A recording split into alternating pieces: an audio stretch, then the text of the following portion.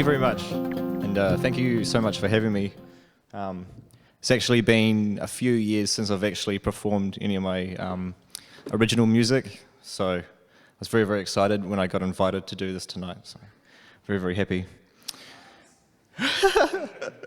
For those of you who know me, I'm a relatively unorthodox person, and I do things in a unique way, and I see things and I replicate things in my own sort of unique way. And something that I've been developing for the last few years is applying my personality into my music, and that's something that's taken a while, and I'm still learning. So mostly what I'll go over tonight is more on the rhythmic side of things and more on execution and the intent, as opposed to talking about theory and notes and that kind of thing. It's more about the feeling and the purpose behind what you're doing. So yeah, sorry, I'm a little bit nervous. This is I've never had to sort of discuss what I do. I just do it, and it's up to people to interpret it. So you'll notice that tonight I have my bass guitar. So typically, if I ever identify myself as a singer-songwriter, people tend to put you in a box of someone with an acoustic guitar, and you sing, and your music is more an accompaniment to your vocal and your lyrical content. So I'm kind of the opposite of that. The bass guitar for me is an amazing tool for composition. For me, it's an extremely accessible instrument. I can play it traditionally like a bass. I can explore and experiment with percussive ideas and create a platform for what the drums can do for my songs. I can also play it like a guitar if I wanted to, and I can look at melodic ideas with this instrument. So for the past few years, this has really been my tool for creating my art. As I mentioned before about putting personality into music, I do that in several ways, and I'll showcase that in just a few moments. Something as songwriters or musicians or artists, I believe that our biggest asset is our personality. It's not how expensive or how cheap our equipment is, or how good or bad we think we are. It's what we actually put into the music. And the more we put ourselves into it, the more unique and recognizable it can be, and more fun to perform. So the song I'm going to perform, I released last year during quarantine. It's a bit new for me in terms of the style and the approach. What I'm going to do is, I'm not actually going to play the bass line to the song. I'm going to play the percussive elements in the song and some of the drum elements. I'm going to play the guitar parts and some of the melodic ideas that I came up with. This is how the song sounded when I first wrote it. So this is kind of like the blueprint for what the song became. And it's that thing I mentioned before about exploring, percussive ideas and melodic ideas on my instrument. So this is a song called Caramel Honey that I released last year. I'm not going to sing it just because the lyrical content is a little juvenile, and to be honest, it doesn't really add a lot of context to the music. The music kind of speaks for itself. So yeah, hopefully I don't. It's my first time performing it live, so hopefully I don't play it too fast. So just imagine, before I play, just imagine like a country beat, like a doom chicka doom chicka doom chicka.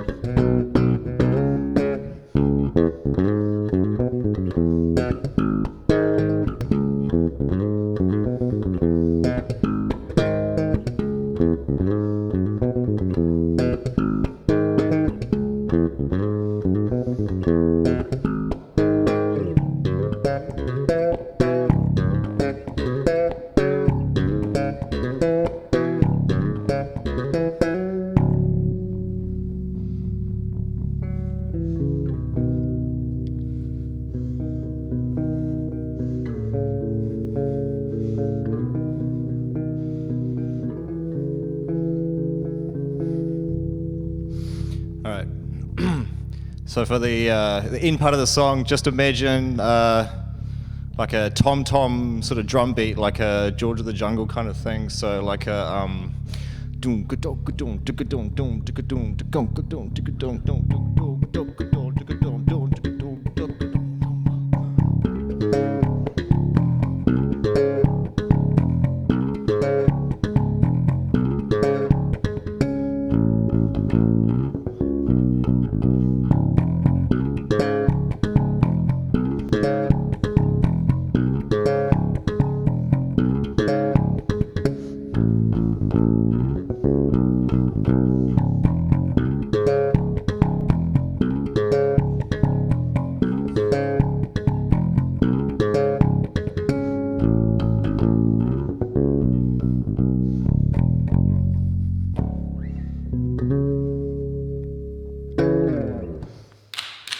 Thank you. So yeah, I didn't feel like I needed to provide any kind of like lyrical input. I kind of feel like the way I played that sort of told enough of a story. If I played that just fingerstyle, traditionally like a bass, I wouldn't have come across as maybe, or to me, it wouldn't have come across as quirky or as like comedic as it might have sounded. But that was basically the beginning of the song. Most of what I played just then was actually the guitar parts. But that's, like I say, this is a great tool because on the fly I can hear in my head and experiment with certain things. And in terms of theory, what I was playing was actually incredibly simple. It's literally just that, and that's pretty much those 4 chords, but it's, you know, something that I focus more on when I'm writing music is the execution and the intent behind the music, because that will automatically give your music context. So yeah, that's kind of the first part of what I wanted to sort of discuss.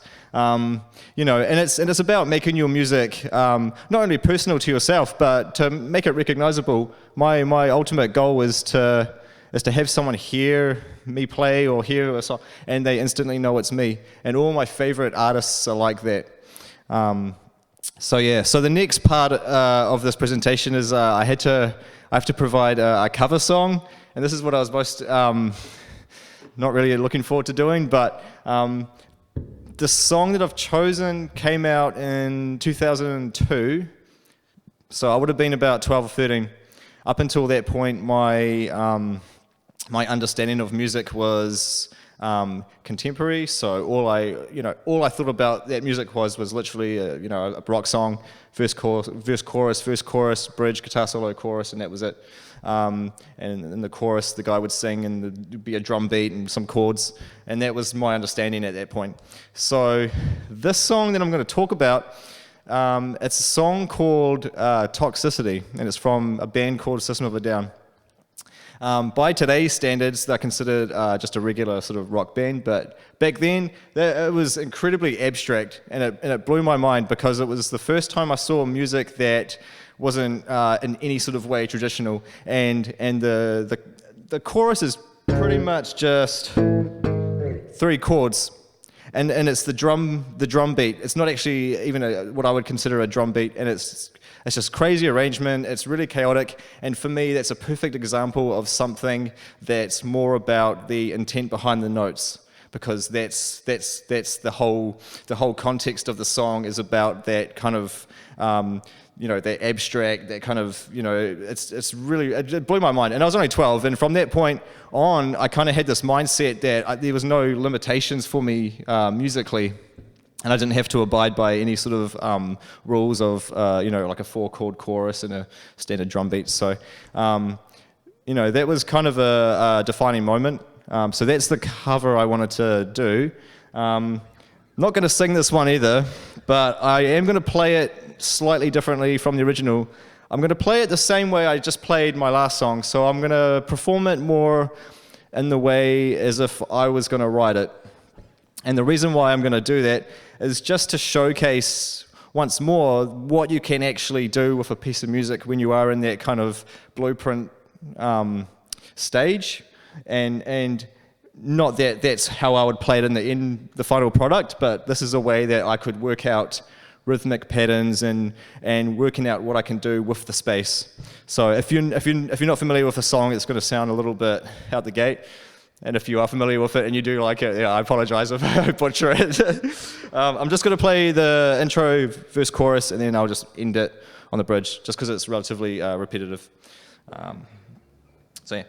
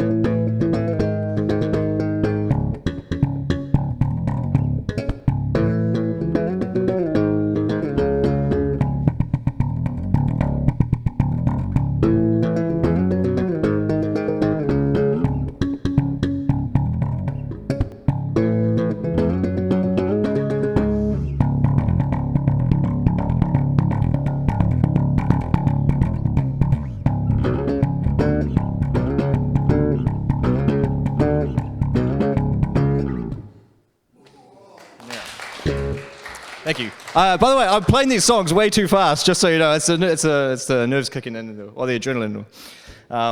So that's basically. I kind of worked that out about a week ago. This concept that I'm sort of discussing tonight is still relatively new to me as well, and it's something that I'm certainly exploring. That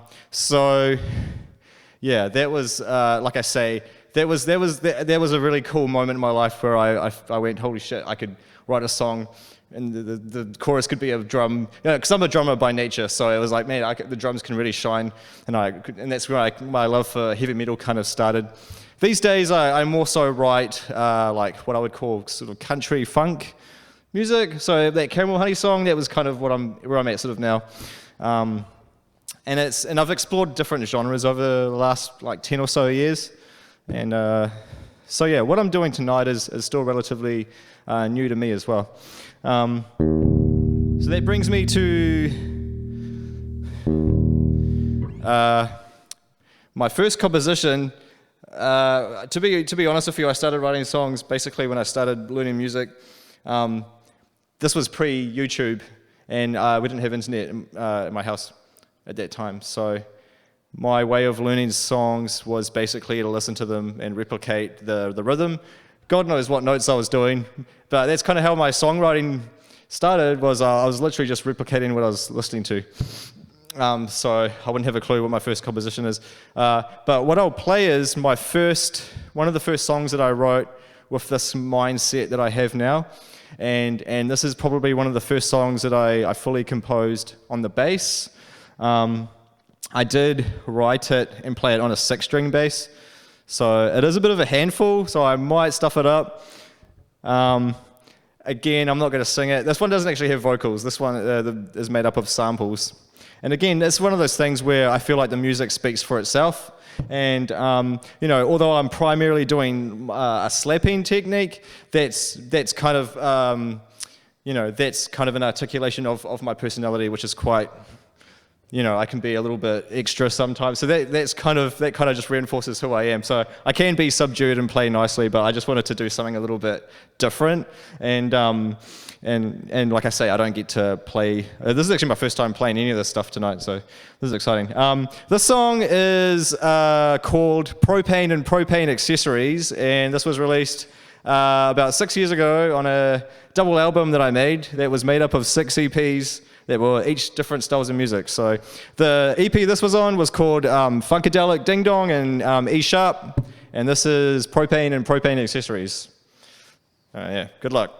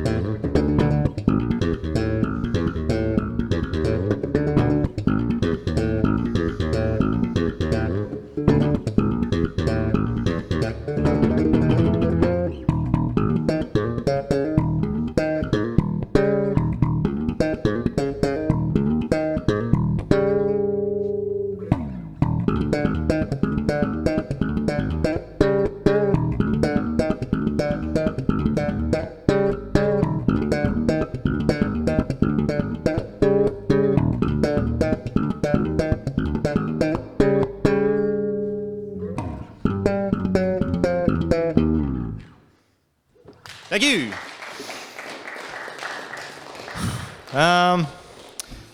You know, over the last few weeks, I've been going over in my head at my job because I don't get to talk and I work around really loud machinery. So in my head, I've been going over this and this. I've actually forgotten most of what I prepared. But, I was just wondering, anyone have any questions or comments? My favorite genre?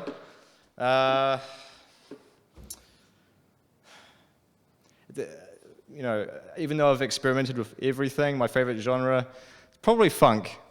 I probably like funk because it is a music that is based on rhythm and feel. And I'm saying that mostly because I'm a bass player and a drummer, so I have a rhythmic mind, although I do appreciate, you know, melody and all that kind of thing, and I'm a huge fan of opera.